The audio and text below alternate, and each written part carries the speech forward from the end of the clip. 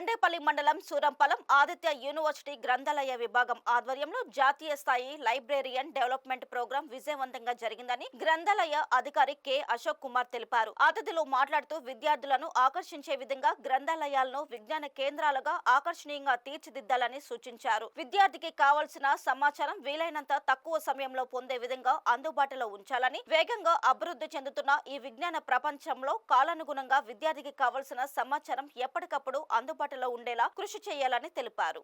ఈ సందర్భంగా doctor M Srinivas Reddy మాట్లాడుతూ ఒకప్పటి గ్రంథాలయ వ్యవస్థకు నేటి గ్రంథాలయ వ్యవస్థకు ఎంతో వ్యత్యాసం ఉందన్నారు. గూగుల్ రాకతో గ్రంథాలయాల ప్రాధాన్యత కొంతమేరకు తగ్గిందని, తాజాగా ఏఐ రాకతో మరింత సన్నగిల్లిందని తెలిపారు. తమ యూనివర్సిటీలో అశోక్ నేతృత్వంలో మెరుగైన లైబ్రరీ సేవల కోసం ఆర్టిఫిషియల్ ఇంటెలిజెన్స్, ఇన్నోవేటివ్ టూల్స్ ను ఉపయోగించడంపై జాతీయ స్థాయి లైబ్రేరియన్ డెవలప్మెంట్ ప్రోగ్రాం నిర్వహించడం అభినందనీయమన్నారు. ఆర్టిఫిషియల్ ఇంటెలిజెన్స్ ను వినియోగించుకొని గ్రంథాలయాల ద్వారా విద్యార్థులకు మరిన్ని సేవలు అందించేందుకు గల అవకాశాలను అన్వేషించాలన్నారు. ఈ కార్యక్రమంలో ఆంధ్రప్రదేశ్, తెలంగాణ, తమిళనాడు, ఉత్తరప్రదేశ్ రాష్ట్రాల నుండి 105 మంది ప్రతినిధులు పాల్గొన్నారు.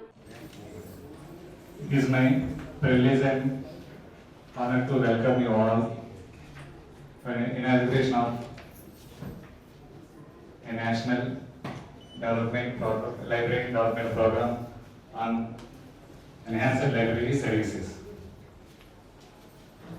As a convener, I am very happy. More than 100 people are registered so far.